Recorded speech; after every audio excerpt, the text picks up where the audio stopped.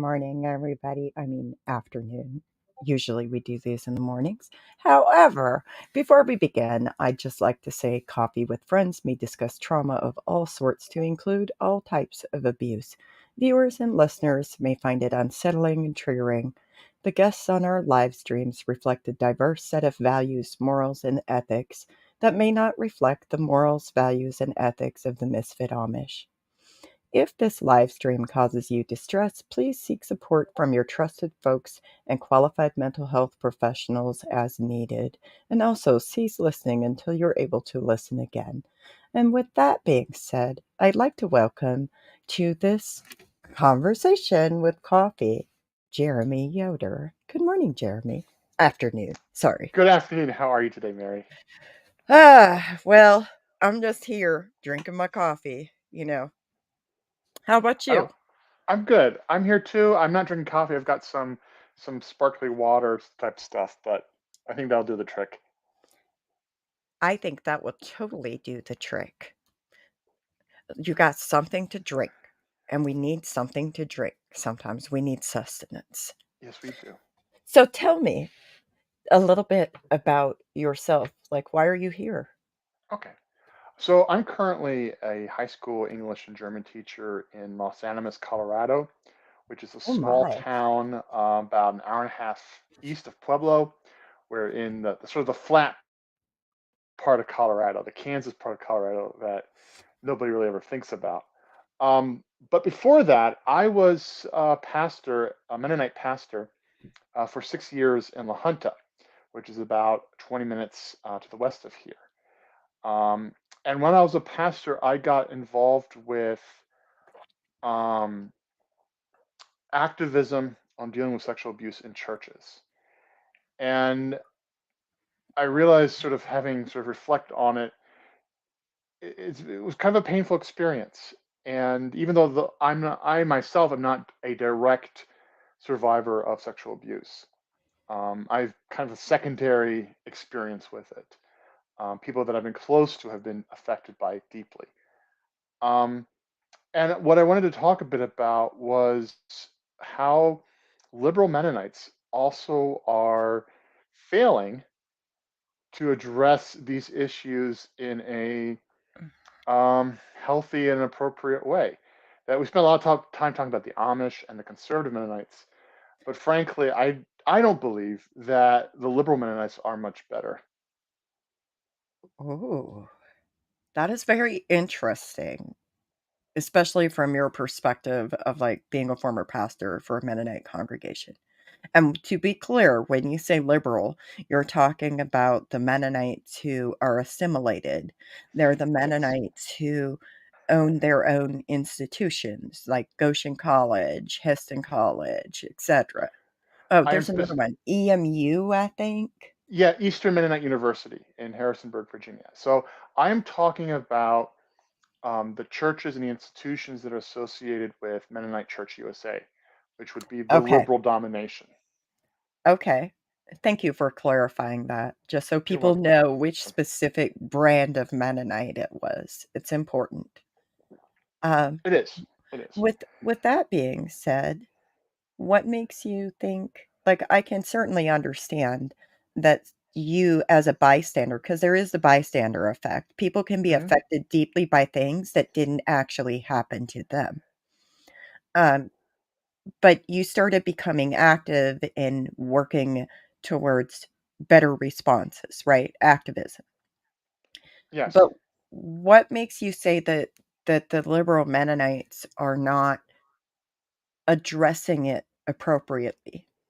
So, what kind of prompted me reaching out and coming onto this stream was a recent case of Susanna Griffiths. Now, I don't know Susanna. She was recently a professor at Anabaptist Mennonite Biblical Seminary in Elkhart. And she wrote a piece about she was wanting to leave an abusive husband while she was a professor at the seminary. And while there was some support, there was also an enormous amount of pressure for her to reconcile with her husband. And I don't know Susanna personally. I just know what's been said publicly or what I've read. She ended up leaving the seminary because they were upset that she had shown them in a bad light. And what her piece was about was essentially I would say, the toxic side of the Mennonite theology of forgiveness. And this is something that I have seen happen over and over and over again in liberal Mennonite context, is that the Sermon on the Mount is in the Gospels is sort of the core of Mennonite theology. And one of the things, of course, about that is Jesus' teachings on forgiveness. Unfortunately, the dark side of that is that people who have been victimized often aren't able to get the justice and get the space and the recognition of what has happened, because they are being pressured to forgive their perpetrators. And I think, and I believe that one of the issues in a lot of liberal Mennonite institutions is that this impulse, this theology, this teaching of forgiveness is weaponized in a way to silence people. Well, to my understanding, what happened with Susanna was atrocious. She wrote an article that was published in Anabaptist World, and it shone it it shined this bright light on her experience at that biblical seminary. Is that correct? Mm-hmm. And it was shining a light on her truth and what she experienced. And it was very, very gracious to the seminary. Yes. It was very gracious. And the question that I have is, you said you've seen this repetitively in other contexts. Am I correct in hearing that? Yes. Um, most of it not directly, but some of it has. So what? I mean, one of the reasons, there were a number of reasons why I left ministry, but one of the reasons was sort of like this sense of betrayal when I found that people that I cared about and institutions that I cared about were involved in covering these things up and perpetrating this. Um, and that experience came through the activism and being involved with. So I got involved about 2016 with a very short-lived Mennonite chapter of the Survivors Network of Those Abused by Priests, or SNAP, Oh which is, my. yeah, that is, of course, the big organization that kind of sort of kicked off a lot of this discussion. And I attended their 2016 conference in Chicago, where I met Stephanie Crable and Hilary Scarcella and Jay Yoder. Actually, I'd known Jay Yoder from college, but not well. And I was involved with that group before it fell apart. There was some just personality stuff that happened, and Stephanie and Jay went on to start, and Hillary went on to start Into Account after that. Um, Mhm. but I was also involved with the MAP list, the Mennonite Abuse Mennonite. Prevention List, Okay. which is a listing of with documentation of pastors and lay leaders that have been accused of sexual misconduct and abuse in the church. Mhm. And in that involvement, there were a couple of cases that hit pretty close to home.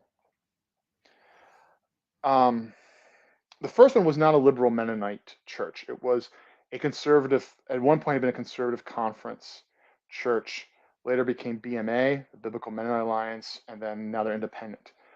Um, but I get a call from Stephanie about could I help them get information because of my contacts with conservative Mennonites, because that's my family background Mhm. for this person. And the individual had been a youth group leader at the congregation that my grandfather had pastored for 50 years. Oh my god.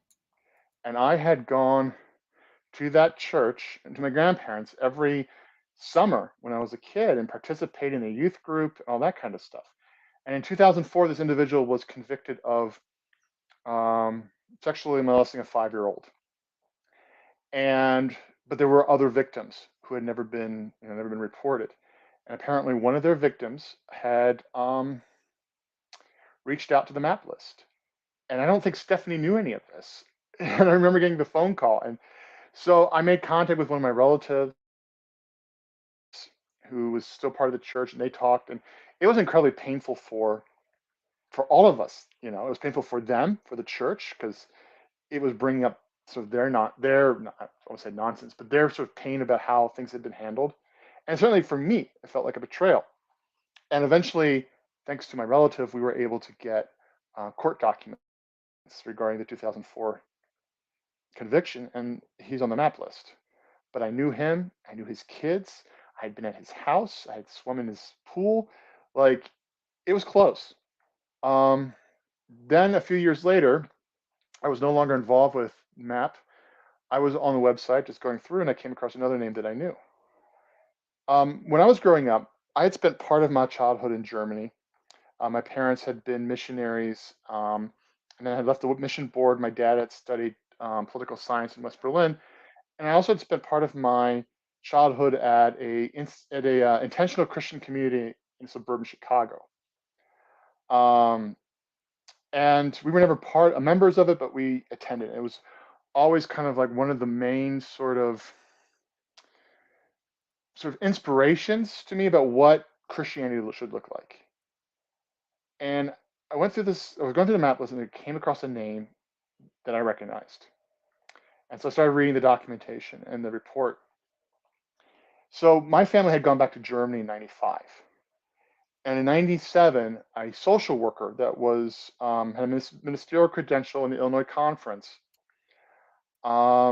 he lost his credential because of sexual misconduct with a client. And I'm reading through the documentation. Um, well, then he left and moved to Kansas. And in 2017, there were further allegations in Kansas. But as I'm going through the documentation, through the report, one of the things I realized, one of the things I'm reading is that this church, this intentional community, had completely messed up on dealing with this. They had tried to drop the investigation that they were doing, to the point that the Illinois Conference stepped in and told them that they were doing things wrong. This was back in '97. So this And is what hurt, go ahead. no, go ahead. And what hurt is that the elders, like I knew these people. One of the elders had been like a grandfather to me. We'd been in their small group. He and his wife were like grandparents.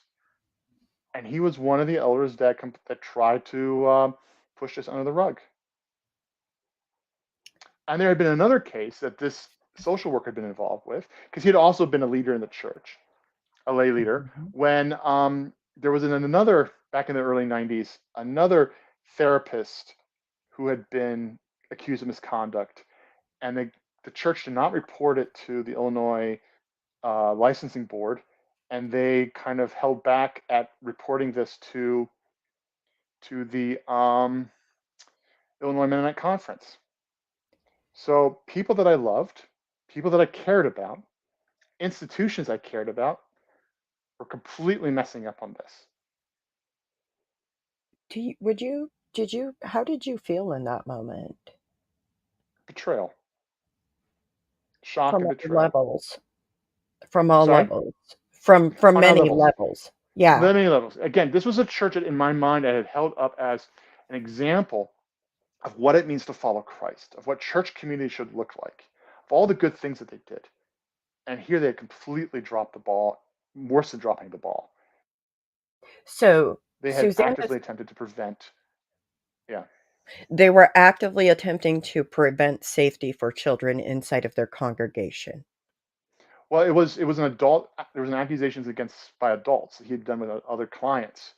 But then there was Oh, a case. But then also, according to the documentation, there were accusations from young women that they had been molested in the church by other boys, and that when they came to him about that, he dismissed it and didn't take it seriously.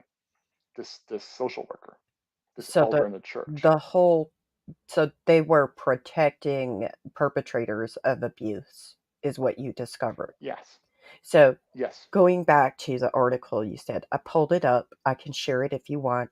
I did send the links in the comments for everybody, but it's titled when peace theology turns violent.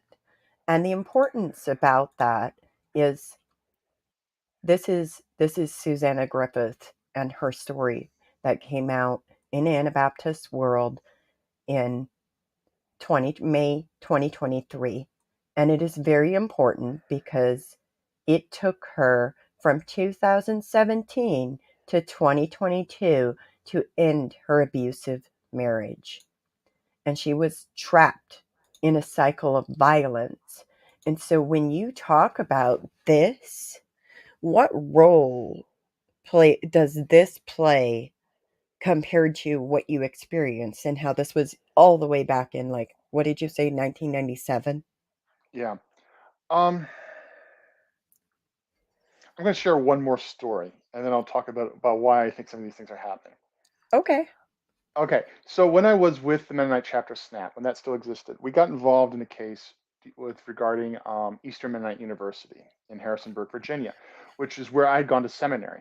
Um, and there, a vice president was accused of an inappropriate relationship with a student, and of course, EMU ended up lawyering up and did an investigation from outside counsel, not following the process or the organization that we wanted, which of course cleared them, right?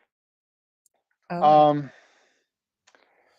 about maybe a yearish, 6 months to a year after all that happened, a family friend, so an old friend of my parents, had just retired. He and his wife were traveling out west. They came through Colorado. They came through La Junta. Hey, let's have breakfast. So we're sitting there having breakfast in the dining room of the hotel, and all of a sudden he goes into it, and he says to me, what happened was terrible. However, right, we, the group that pushed on this, we were showing a lack of institutional loyalty. Do you think Susanna was showing a lack of institutional loyalty by speaking about her experiences? Or do you think that was the perception from the institution? I think it's the perception of an institution. I don't think. I think again. I agree with you. I think Susanna was extremely overly kind in her piece. She talked also about ways that she felt supported. Yeah, Um, she literally said, "My family was folded into a Mennonite congregation which welcomed us with offers of babysitting, dinners, and financial support in times of difficulty. I felt at home." She was very generous. yeah. I just So, yeah. So what do I think is going on? Because that to me was an eye opener. That to me, and at that point, I'm not a very confrontational person. I'm not good in the moment. I'm not. Uh, I didn't know what to say. I wish I would have pushed back and asked questions and be like, "What the hell are you talking about? Why does it even matter whether or not somebody who's calling out abuse in institutions, whether or not they're loyal, sufficiently loyal or not? What does that yeah, even mean?" And um, so I think there's a couple things that are going on. One is I think there is an inappropriate theology about forgiveness. Um, okay. I think it's across the board. The Amish have problems with it. Conservative Mennonites have problems with it. Liberal Mennonites have problems with it. Right? We, I think, pathologize suffering and martyrdom and forgiveness in ways that are very unhealthy. But I think also that the reason why this family friend, I think, was upset or offended was because for liberal Mennonites, institutions, I believe, um, are an important part of their or our identity. Um, and criticizing an institution is perceived as criticism of the person, of an individual, of your identity. So are you saying there's no separation of the individual from the university? Like, for example, so I run the Misfit Amish, but I am not the Misfit Amish. I'm a whole person outside of that, right? Hmm. I mean, I think there would be nuance to it, but yes, I think for a lot of Mennonites, um, their affiliation with Goshen College or EMU or Mennonite Central Committee or Mennonite Church is a core part of their identity. And I think that causes a kind of visceral emotional reaction whenever people begin to criticize those institutions. Do you Because, think go ahead. do you think do you think they feel like they're being personally attacked? Yes, I think that's Very what's going on. personally attacked? It's kind of like I would say, like, so when I was active duty, and this was many, many, many, many moons ago, there was a Yeah. group of protesters outside of the gate because I was part of the army. They were protesting the army. They were calling us baby killers. Hmm. But the way that I looked at that is like, yes, I'm a part of this institution, but no, they're not talking about me necessarily because that has not been something that I've done. Yeah, Yes, I think there's a lack. there are people inside of every group of people that commit crimes, right? But when we have this identity that is tied up in and our worth and our value comes from being part of the army, then at that point I would take that very, very personal. Am I Mhm. understanding this correctly? Like, isn't that kind of what they're doing here? I think so. I think there's a lack of separation between um, the institution and people's sort of how they understand their place in the world. Um, yeah, and I've thought about why that might be. I'm not a historian, so take this all as a grain of salt, but I think so. Progressive Mennonitism, liberal Mennonites, kind of emerged during the progressive era in the sort of late 19th and early 20th century, in which progressives, liberals, believe that the way to deal with society's problems was to build good institutions to help deal with it. Right? Goshen College, emerged in the end of the 19th century. In the early 20th century, we got the beginning of the Eastern Mennonite College. You've got Mennonite Central Committee in the 1930s in response to the famine, the Stalinistic famine in Ukraine. You've got all this institution building, and what we're doing good in the world. You also then have World War II, and you have the Vietnam War, where you have a couple of generations that part of their sort of core experience as young people is doing voluntary service, alternative service to the military. So there's a service ethic, right? We are here to help other people, and we are doing good in the world, and we're the good guys, right? We're then the social justice, liberal good guys doing good stuff. And so when you call that into question, and you say, hey, here's a place where the institution is messing up, it's, I think, seen as a personal attack. Okay. So then how does that relate to Dr. Jeanette Harder? So I don't know much about that situation other than what I have sort of seen public comments. Um, you can correct me, but my understanding is Jeanette Harder is at Goshen College. She's a sociologist. No, she is a social work services professor. Okay, She has a at Go. PhD in social work services. So with that in mind, why would she endorse the sacred subjects and the unlicensed facilities as recommended resources? See, I think. See, I don't really know. I think there's some ignorance going on there and a lack of understanding on her part. But I would say that the doubling down and protection of her is probably related to this sort of resistance to any kind of criticism against the institution. But don't you think that when we have healthy criticism, we can take stock of like our actions and potentially do better in the future? Absolutely. But I think there's a lack of self awareness, honestly. Um, I mean, I think across the board right now, it's a difficult time for institutions. There's a lot of lack of trust, not just because of the church, but just overall in our society right now, because people have messed up, people are being cut out, people are being forgotten, and so there's a reaction to it. And I think there's a crisis because college colleges, church colleges, Mennonite colleges are struggling to get enough people to come. Mennonite Church USA is in the middle of another split. Apparently, their last convention in Kansas City had 1,800 people attend when there have been thousands, 8,000 in previous years. Like it's bloody right now. Um, They're having a battle.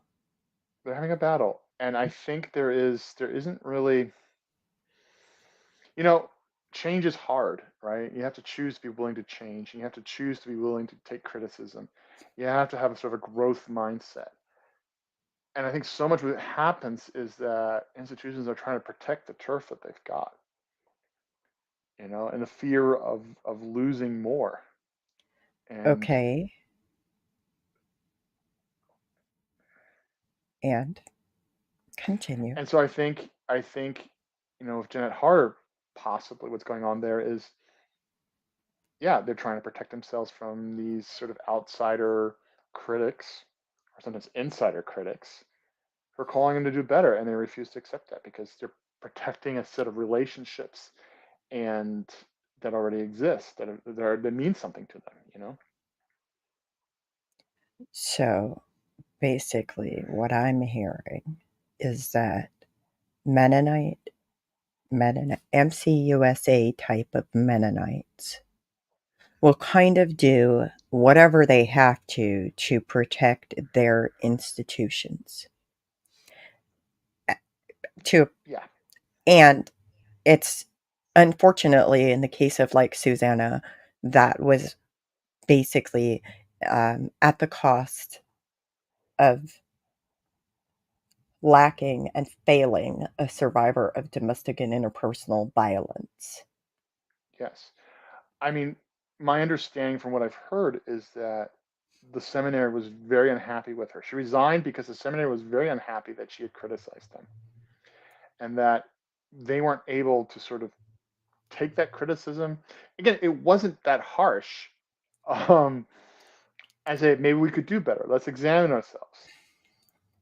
I mean, but that's directives because that's another thing is I've noticed a difficulty with direct conversation within people that come from liberal Mennonites. I'm just saying this. Like my Sure. personal observation is I've noticed they have difficulty with direct confrontation. If somebody says, "Hey, I notice you're doing blah blah blah blah blah. Can you tell me why?"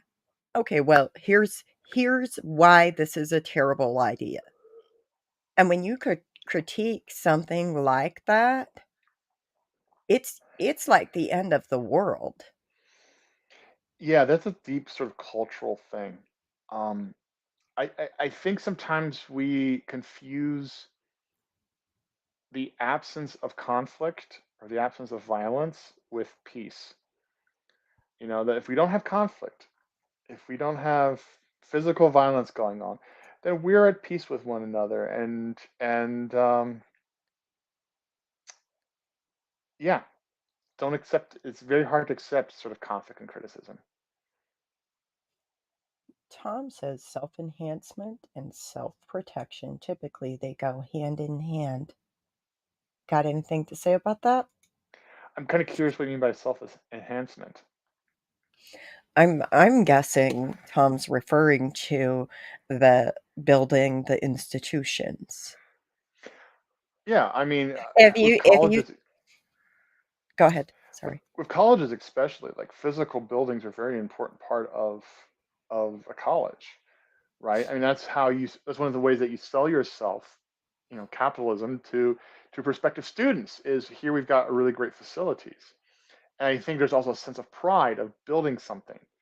And so when you start criticizing and bringing things to light that can threaten sort of the donor pool, right? People might not be as likely to give you money.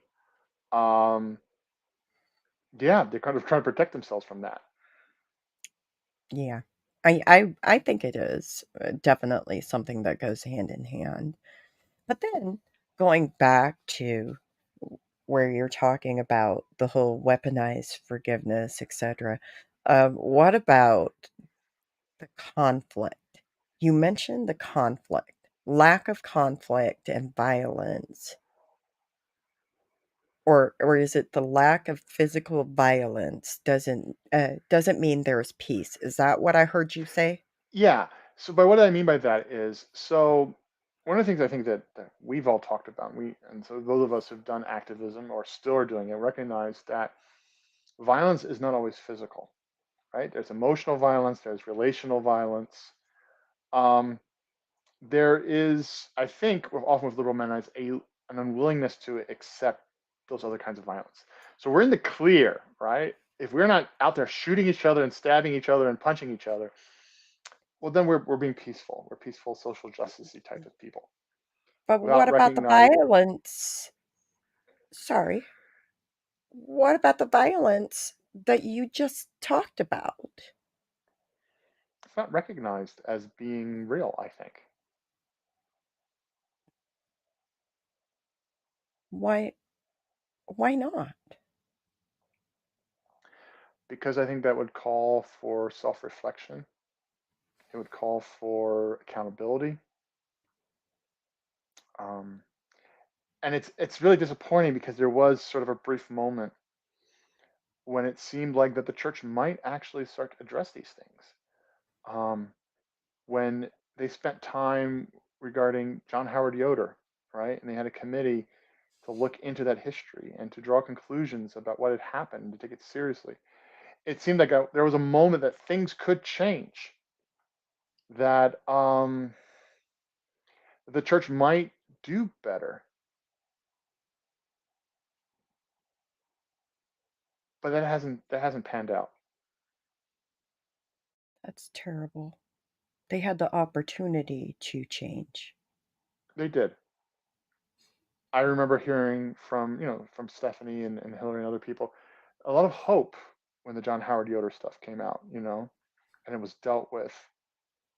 Um, and I certainly remember being at Mennonite church conventions, the biannual conventions, where we talked about these kind of things, about putting in formal policies. And I think we did eventually, but I don't think it's changed the culture at all. Why do you think that is? So, if they have policies, formal policies, that are supposed to be in the best interests of the victims of these crimes and this violence, then why do you think not much has changed in the culture? Because I think dealing with people's hearts is always a lot harder than policy. How so? Um,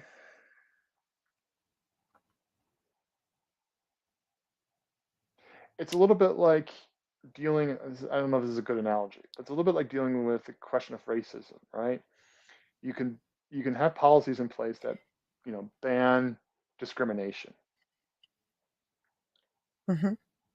It is much harder to deal with the ways that we talk about microaggressions and the other ways that people sort of the way that the system perpetrates these continued things without officially perpetrating them, right? And I think that's what kind of happens. Can you explain what a microaggression is? Sure. And I'm getting myself into trouble here. Microaggressions are things like it's when people respond to someone in ways that aren't overtly or obviously um, that aren't obviously sort of aggressive against other people, right? They aren't obviously discriminatory or hateful, but they just kind of like sort of pick at it a little bit by little. That's kind of what I understand it as. Yeah, that kind of makes sense. Okay, thank you for that. I Hmm. think that sometimes we have to understand that basically, if you put in policies, like you said, Hertz versus policy, which Tom said it's said with ease, but quite profound. It really Well, is. thank you. Um, but when you put in a policy, but you don't actually enforce the policy, which is going back to Susanna and how they treated her at biblical seminary. I can never remember the whole name. I'm sorry. I know I'm so It's disrespectful. alphabet soup. It's Mennonite alphabet soup. Yeah. I know. But like I can't there's so many acronyms when it comes to Anabaptist alphabet soup. I'm just saying. But anyways, when it comes to Susanna's experience and what she wrote about, nothing has changed because why? Because even though they may have policies that say we don't discriminate against people who are experiencing violence in the home or in fact we support them, but they're failing that. Where's the I mean discrepancy and why? the challenge is that the things that happened to Susanna were never sort of like officially, from what I understand from the piece, were never sort of officially like actions that the seminary took. Right? It was relational. It was individuals. It was people in her church. It was people in the seminary. Out, it wasn't like something that the seminary did um, until she spoke out, and then they were upset that she had spoken out. Right, which is a form of violence towards her. But then, Absolutely.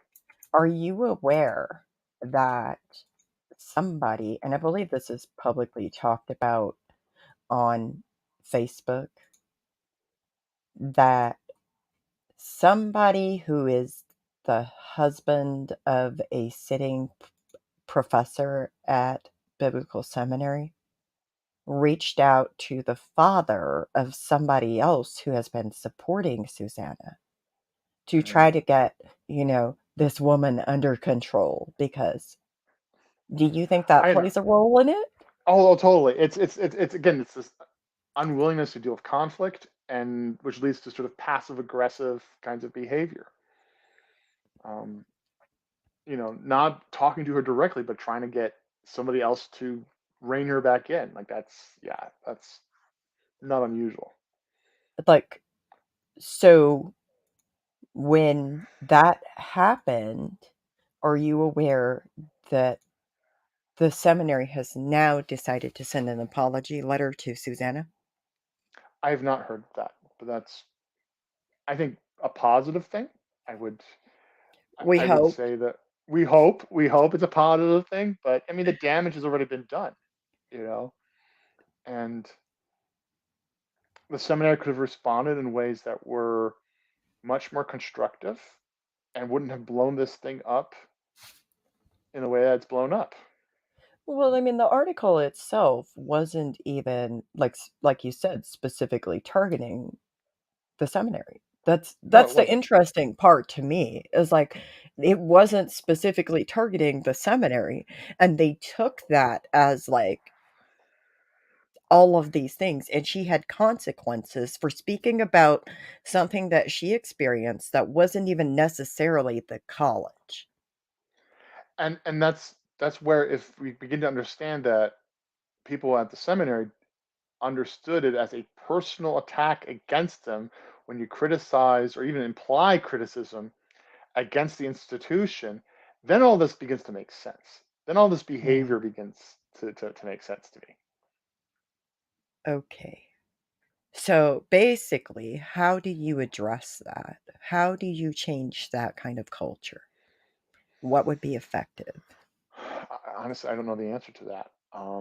I mean, I'm not in ministry anymore. I had a friend recently tell me, says it's okay for you to be angry at God, but I'm not angry at God. God didn't cause this. God didn't do this. I'm angry at the church. Um, so I'm not in the system anymore, really, in a way that I was 6 or 7 years ago. Mhm. Um, I think I don't think change happens until the cost of not doing something is greater than the cost of doing something. I think you're right on that, but also what makes the cost of not doing something greater than the cost of doing like, I'm sorry, I think I reversed that, but Yeah, yeah, but yes. well, I think one of the things I realized that one of the few tools that activists have is shame, to shame the institutions, to embarrass them. I mean, and speaking out.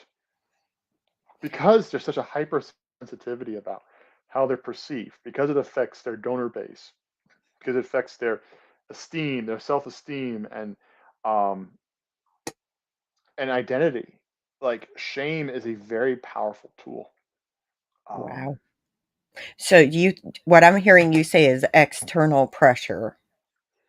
yes, I don't think it's going to come from the inside. I think it's going to come from the outside. Now, there will be people in the institution who Who might will work? help, who Right. will work.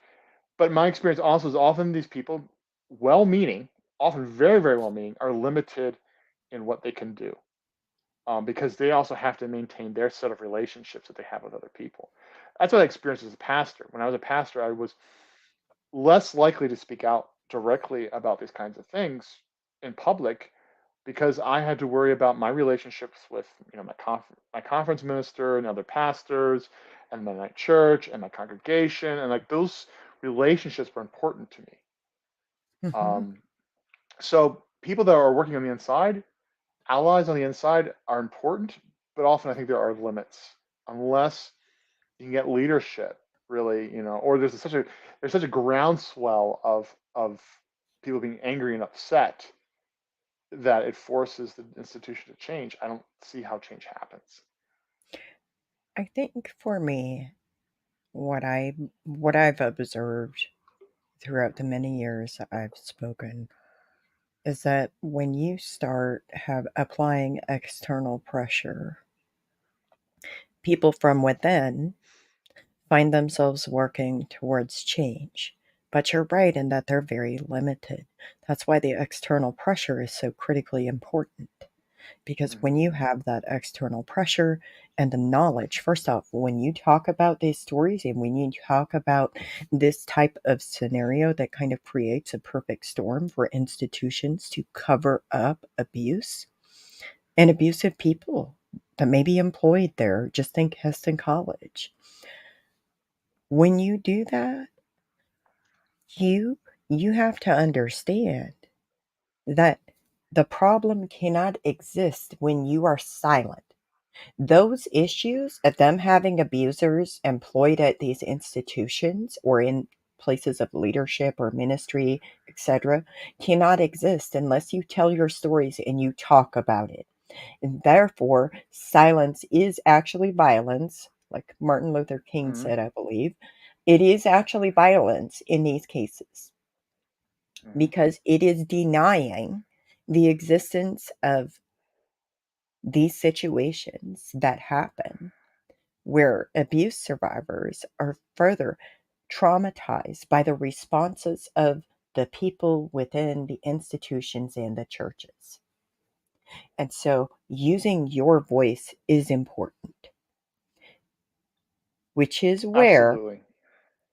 when Susanna talked about it, she was shining a light and saying, this happens. But if we have such institutional loyalty and the idea that the lack of conflict is peace, do we even truly understand what peace is? And do No, we have the no, capacity to begin evolving and changing what our institution does? I would agree with all that. Yes, I think.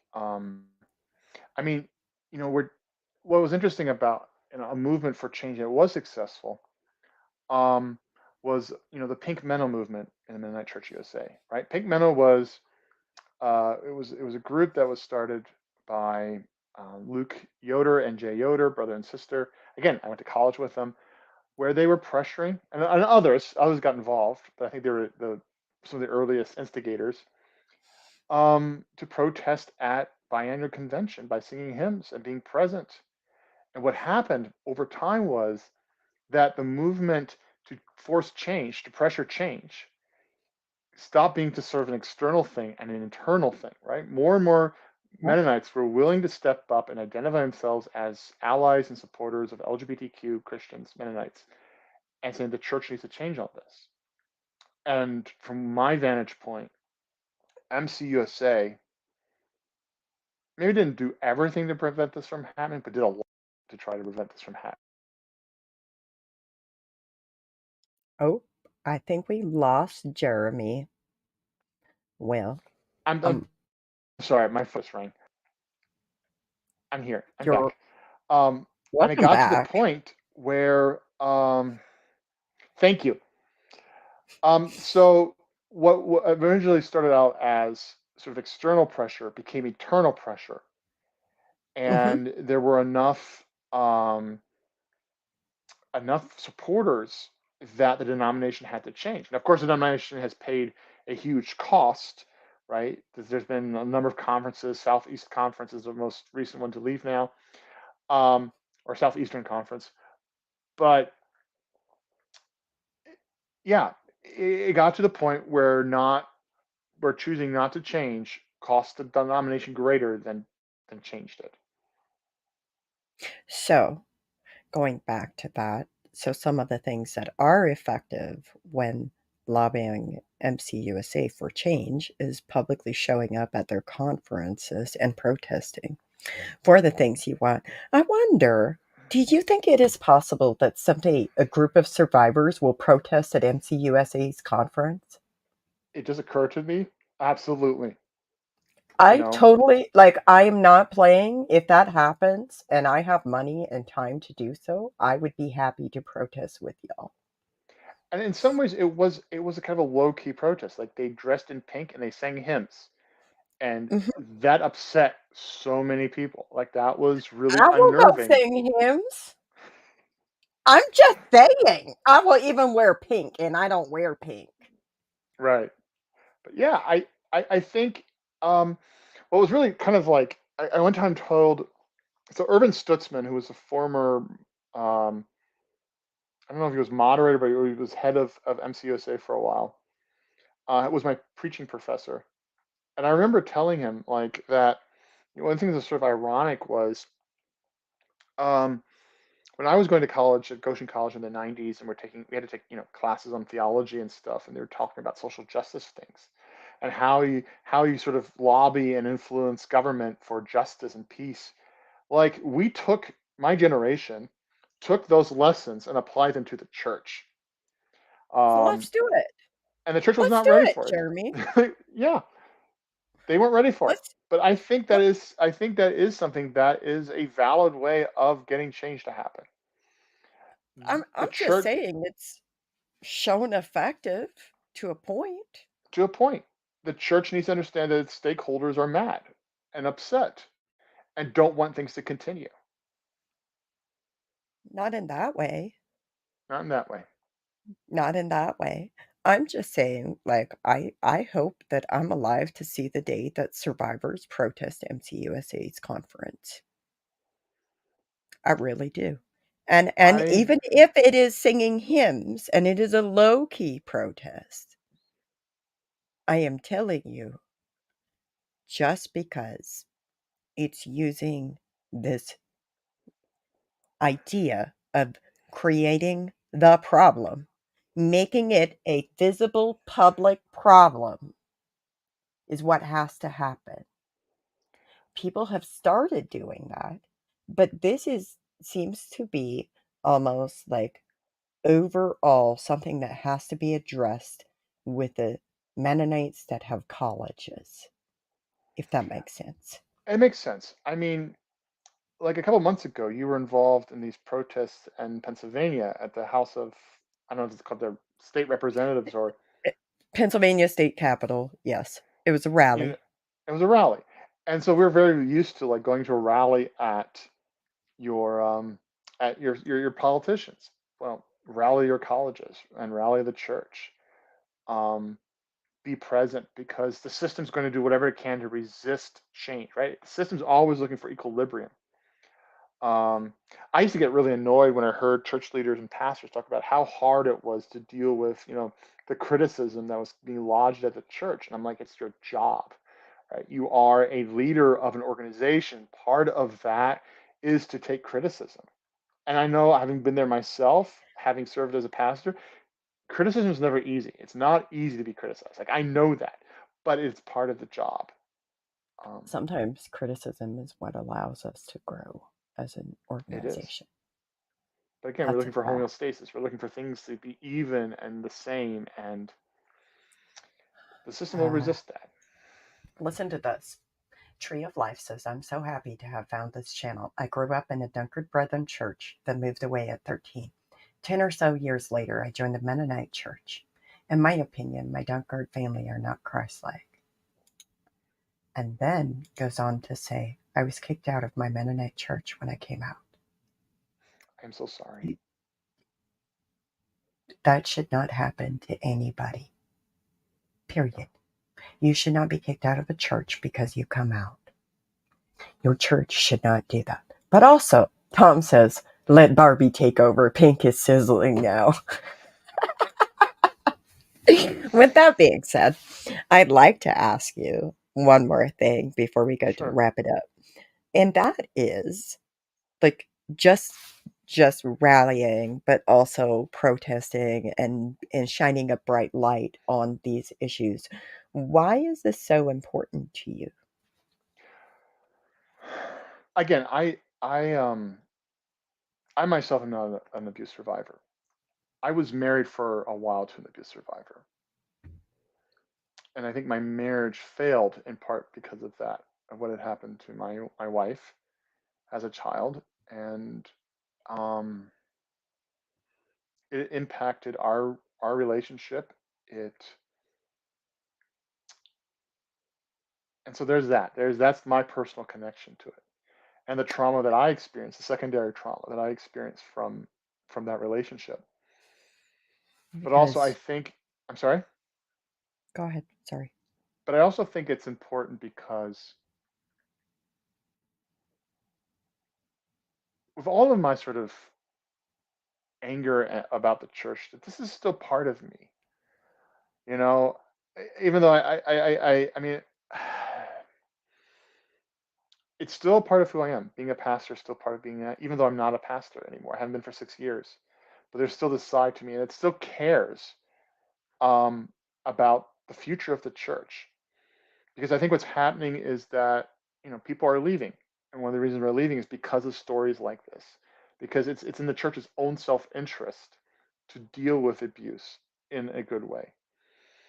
And I would also say is I want the church, what the church says about itself, to be real, to actually happen, to not just be lip service, but to have some sort of to be grounded in something real and authentic,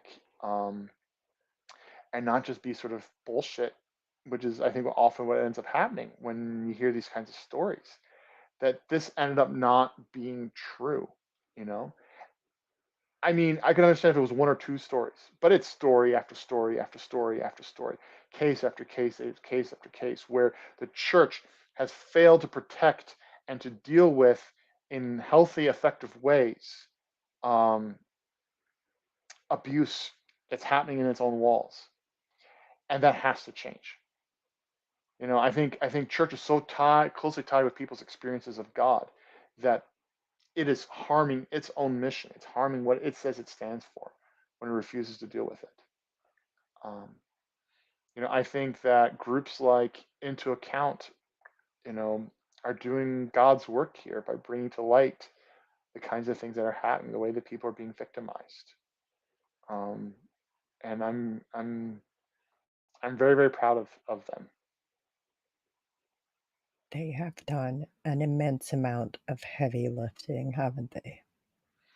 They have, Yeah. and I have nothing but respect for them, love and respect for them. But I think, and again, the values of sort of justice are and peace are still my values, and I want people who have been harmed by the church to be cared for. Okay, so if justice and peace are still your values, did the definitions of that change at all? I think sometimes that my commitment to pacifism has been pushed a bit. Um, I recognize now that again, the absence of physical violence is not peace by itself. the other forms of violence, and that I think because Mennonites believe in pacifism and claim we're pacifists, that we've given ourselves kind of a way out. That is not true. It's not true, you know. There's still violence happening, even if it's not shooting each other or stabbing each other. Damn. That's, I think it's really profound how you say, like, the absence of physical violence is not peace. Yeah. I I think mean, it's very profound.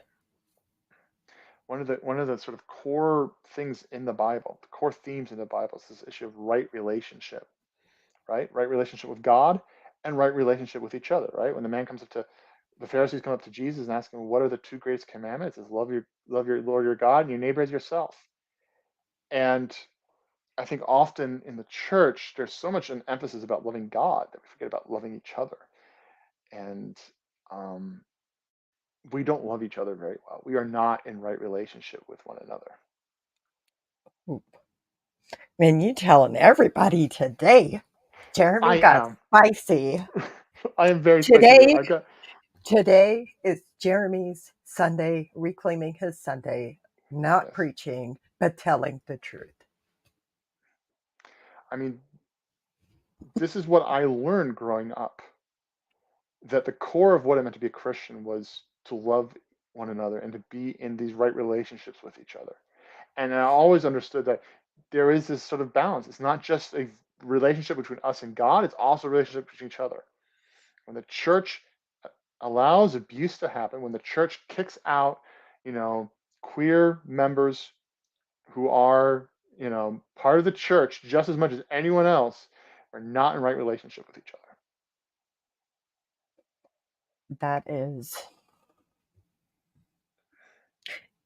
I think you should make a meme with that. I'm just saying.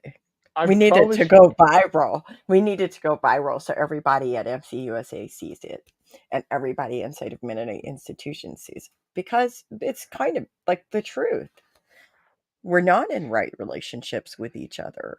If we have this idea of right and wrong relationships and we don't pursue that, we're not showing love. But also another thing is people can feel loved in different ways. And when you have everything defined so clearly as only being acceptable this way, is there space for people to experience love and feeling loved in different ways? I mean, so I didn't grow up in Mennonite community. I mean, we were at this church in Chicago for 7 years, so that would have been. But even that, Chicago is not exactly Elkhart, Indiana, or Goshen, Indiana. It's away from that, right? And I spent Right. a good part of my childhood in Germany, in Berlin. So I didn't grow up in that culture. I grew up adjacent to it, and that culture has had a profound impact on me that I'm just starting to unpack in my own life. Um, but I never felt caught up with all this sort of navel gazing identity stuff in a way that I think a lot of Mennonites do. Um, one of sort of my sort of core experiences of what I sort of envisioned as an ideal was when I was when I was in high school. I went with a former East German but German Baptist youth group to Donetsk, Ukraine. Right, Donetsk is Mhm. now the area the civil war has been before the invasion from Putin. And we were sitting. I was staying with um, the local pastor of the Baptist church in Donetsk, and so we were having breakfast. And somebody remarked, "Hey, we have here at the table right now having breakfast together. We've got Ukrainians, we've got Germans, and we have an American, an East German, even East German." So at one point, right, our countries were enemies of each other, right? And here we are Uh-huh. having breakfast. And to me, that is sort of that ability to sort of get over these boundaries is kind of like the hope of church and the hope of Christian faith. And that is not happening. In That is not happening. We are finding other ways of dividing each other, of exploiting each other, of hurting each other, of harming each other in the church. And it's happening behind, yeah, we're not living up to our own ideals. Okay. With that being said, Is there anything you would say to somebody who maybe is in the position you were in like 6 years ago when you made the decision to no longer be a pastor? I mean, there were a number of reasons. It wasn't just this. This was just part of it. Yes. I was working. I was burnt out. I was completely burnt out. But I would say that leaving ministry there was an enormous sense of loss that I felt for a long time.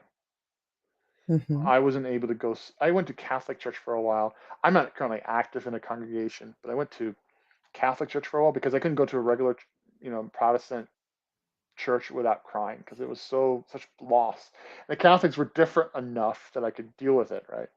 Hmm. Um, so there's loss. There's a loss of identity when you leave ministry, but there's also life, and I am deeply grateful for the relationships that I have been able to make since I left ministry. I've been grateful that I haven't had to sort of color inside the lines all the time, that I haven't had to think about all the politics of everything that I say will be interpreted and analyzed and make somebody mad. Like them, to me, that has been a freeing experience, um, Liberating? liberating experience. Yeah. I think one of the things in my life that I've struggled with is the sense of trying to live according to other people's expectations. And ministry became that as well. Trying to live according to, like, I was a young pastor. I was in my 30s. I was in a congregation with people, most of them were over 60. And one of the feedback I received was people felt they viewed me as their grandson and I was their pastor because they were looking for a father figure. And I'm never going to be a father figure for a 60-year-old, right? Um, to be able to live in a way that's authentic to who I am without all that pressure to live according to other people's expectations is incredibly liberating. And I wish I could pastor in ways where I could do that. But I think under the current sort of culture and systems, I'm not sure that's possible because That's people are looking to you to give them something that they need and they want. And they'll put the expectation that you will do it in the same way that it's always been done. and Am I sometimes making a lot of sense here? I'm kind of like babbling a bit. doing things the same way that it's always done, doing things for the sake of it's always been done this way is not necessarily the best way. No, it's not. Um, It's not. Sometimes even pastors need to learn and grow. Like, and I just like to say this as like a pastor who, has a personal experience with abuse within their congregation. How they respond to that says a lot about them and the person they are. And just because historically the church has not taken action, has not reported it, has claimed it's all lies, or, all of these people are lying, right? Doesn't mean that those victims lied in the first place. I think part of the problem is And that, again, they're trying to preserve a certain set of relationships, you know? And even in liberal Mennonites, certain families and certain names and certain relationships carry with them a lot of power. And so they're trying to keep all those relationships in balance. And sometimes they're not worth it. Um, I think part of MCUSA's problem is that there were a lot of more conservative churches that didn't really want to be part of MCUSA, were reluctant to join, and the church spent a lot of time and resources trying to keep them in, and they left anyway because they didn't really ever want to be there.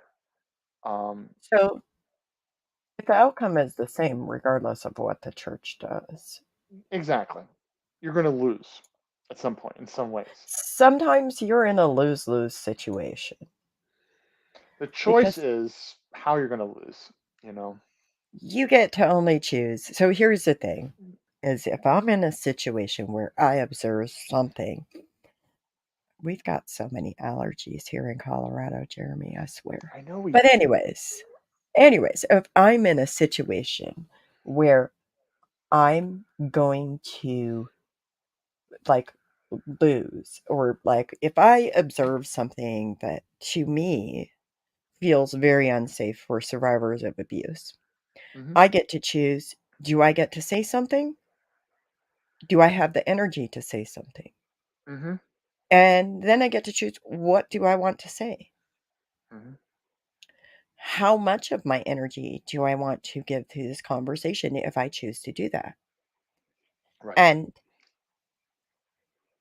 if I still feel that that situation is unsafe, I don't get to choose what actions that institution, organizer, person takes. The only thing that I can control is myself. If you're going to lose, if you And have a lose-lose choice, right? yeah, Choose to lose in a way that keeps your integrity and keeps keeps it who you are. exactly. So for me, often if I'm placed in a lose lose situation, I'm going to choose to say something because if I see something and I say something, I have done what I can live with. Hmm. I And mean, I I think. feel, Go go ahead. I'm ahead. sorry.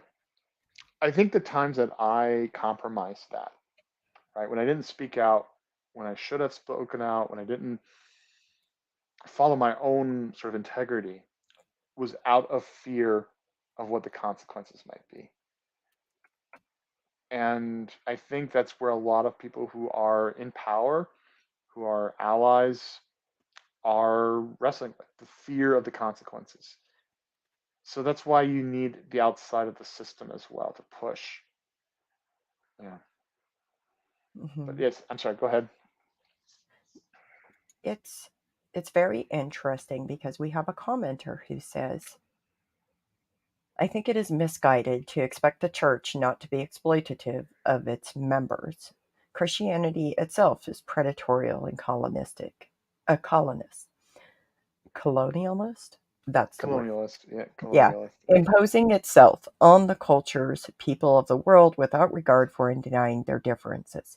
Just because a predator calls itself love does not mean it is not a predator. I don't think I disagree with that. I think it's often a lot more complicated than that. I think life is really complicated and it doesn't always fit in an either or kind of box. I think it's possible there are times where things could be exploitive and not exploitive at the same time. I think having conversations sometimes with people where, yeah, yeah, it's You know, complicated. I'm just gonna say this because I ask you for your parting thought to like people within the congregation, but I'm gonna say this, Jeremy, and will have the opportunity to respond if you want. Uh-oh. In my Uh-oh, I've done it personal now. experience, Peter, I appreciate that comment because literally I grew up in Abe Troyer and old order Amish homes and churches and communities. And I personally cannot stand the way that so many liberal Mennonites of all sorts and types try to minister to me. It it hurts my entire being because I was taught that just because people have a different belief from us doesn't mean they're necessarily bad people or that it is our job to exploit them or to get them to have the same belief as mine. So when you start talking about missionary work, part of that is absolutely, in my opinion, as a recipient of it, completely explicitly exploitative. And part of it also is way back when I was offered a scholarship to a Mennonite institution. I can't even remember which institution it was.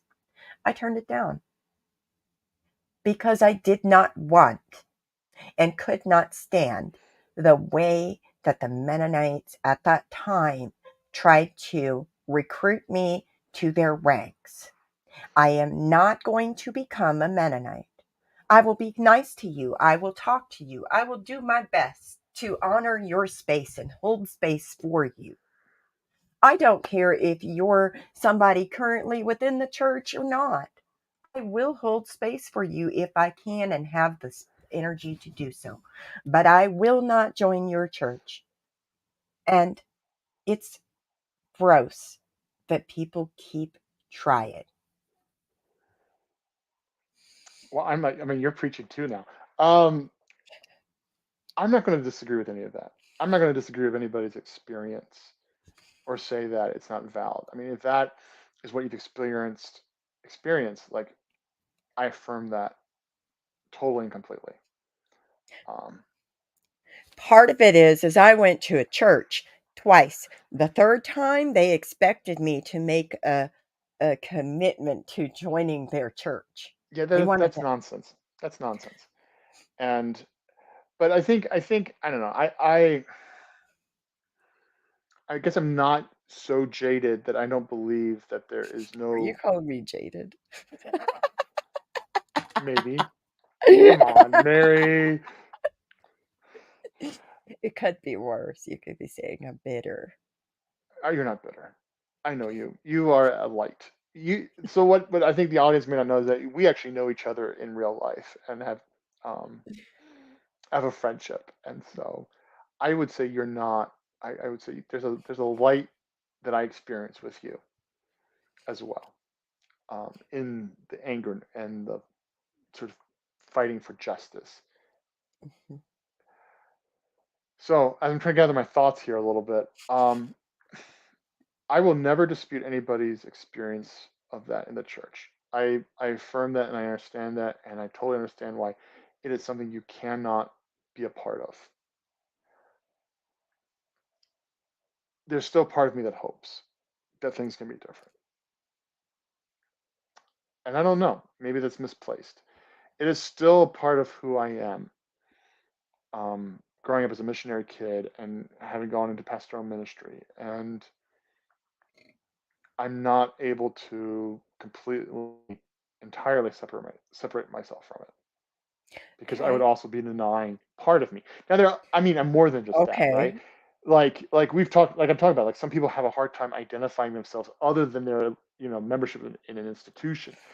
I certainly have other parts of myself that that are also me. And sometimes they're in contradiction with the church. Like it's much more complicated. It's just that this is one part of who I am. So to kind of like echo back to you, what you're saying is that being a missionary kid and serving and all of that is a part of who you are. Kind of like how being born Amish is a part of who I am. But for me, I can't hate Amish people because that would be like akin to hating a part of myself because it's part Absolutely. of Yeah. who I am. But Hmm. also, there's the whole genetic component, which the people that say that's not true, y'all just need to go Google the Amish genetics database. You will see it. Thank you. Enjoy that. When you and I were Yeah, starting to get to know each other, one of the questions that and came up was, were we related? Yeah. yes, were we related? But then, like, for a long time, I felt very ashamed of that part of myself. Mhm. But then I realized, like, if I'm ashamed of that, I'm ashamed of a part of me. And why should I be ashamed of myself? And what does it really mean to me to have been born Amish? That's a journey. It is, and I think for me speaking out right now is, and having this conversation is is an attempt to sort of reconcile these different parts of myself. You know, Bringing it all together. bring it all Because together because yeah, having grown up overseas, like part of the struggle is you don't belong anywhere. Um, that you don't really have people. And sometimes the church can be your people, but you gotta be also be careful that it doesn't become your only identity either, and we all that you have sort of different roles. and that you embrace the contradictions in yourself as something good as well. Mhm. because we become who we are based on the experiences that we have, and so then what we do is we often challenge those perceptions when we're on a growing mindset and we have this idea that we can figure out who we are, we can live a meaningful life, we can belong places. To be human is to want to have a sense of belonging. Hmm. And you're right that a lot of people find that in church. I've never found that in church. So there's So that. so the so the criticism that the church is colonialist and exploitive, like that is a legitimate criticism, and I respect that criticism. But for me, that it's more complicated than that. Well, because when we say the church is colonial, does that mean you have colonial biases that you might need to challenge? Oh, probably, totally. You know, Oh. I mean, probably. I mean, let's face it. Like, okay, if you really want to get into the thick of it, like, let's talk about. I mean, I live in southeastern Colorado. Like, if you want to talk about colonial, like where I live, every year the high school has Santa Fe Trail Days, right, where we celebrate, you know, the the settlers that came into the area, right, and remember sort of their contributions and their culture, right. Homesteading was a big thing out here, right, in the late 19th century, early 20th century. Um, there are families here that survived the Dust Bowl, right, and yet this used to be Cheyenne and Arapaho land who were removed by the government in order to make space for white settlers. And Uh-huh. Mennonites, of course, were part of the westward expansion that benefited from homesteading, that benefited from the removal of native people from their land.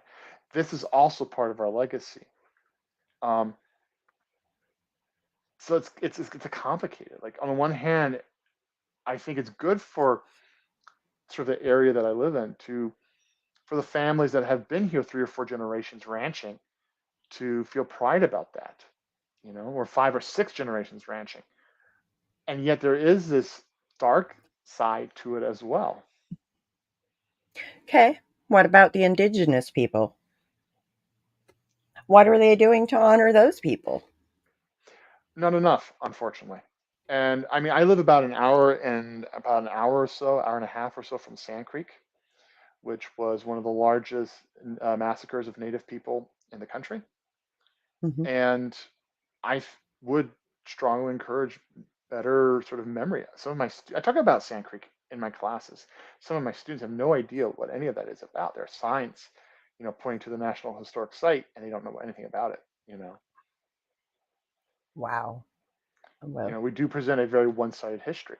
So when we deal with the history of the church and what the church has done, we need to sort of hold both of these things up. There were things that the church has done that are good, but then there is also sort of this dark side to it as well. And being able to hold that sort of complexity together, um, that's kind of where I'm at. How do you talk about the horrible things, but also some of the good things? There are things about me I feel pride about my own heritage being Mennonite, even though I'm sitting here on your stream podcast, complaining about things. Um, why does it have to be complaining? Why is it not just speaking about some of the things that you feel need to be addressed? that's a fair reframing. Because what do we think when we say complaining? That's all negative, right? Okay. When we ask for issues to be addressed, is it really complaining or is it asking for our humanity? I mean, it's asking for the humanity. Yeah, Okay. I'm just asking because I'm like I that. know. I know. Anyways, I we got love to I go. love you, Mary. I love how you push me sometimes. Love you right back. Yeah, but anyways, sometimes I've really got to push. You know me. You know I'm going to push. But no, thank you so much for coming on and sharing. Do you have any final thoughts? I mean, I hope what the concerns, my critique that I'm bringing are helpful in sort of framing what I think is going on. You know, I hope change happens. I really sincerely hope change happens. It has to. It's critical. Um, it's difficult, but I don't think things can continue as they're going. I mean, Heston College is on the verge of collapse from what I've read, right? Because they have not dealt with these issues. And maybe there doesn't need to be a Mennonite church. Maybe there doesn't need to be a denomination. Those things can go away. Um, but something needs to change. And as long as the church refuses to deal with these things in healthy ways, people are going to get harmed. People are going to be hurt, and the institution is going to sort of slowly kill itself. You know, thank you for that.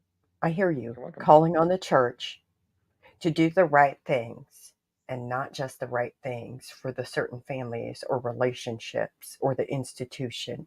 What you're asking of the church is to do the right thing for survivors of abuse within their congregations.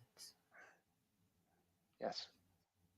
So if you're listening to this today, I'm going to ask Jeremy later how we can best help because I need to get off of here because I have other obligations that I need to take care of. But thank you, Jeremy. And also, I want each and every one of you to know you are a whole, worthy, valid human being. You deserve to have safety in life. And if you're not safe, there are resources and organizations out there that will help you, such as Into Account, as Jeremy mentioned. And there's also 1-800 lines where you You are can, not alone.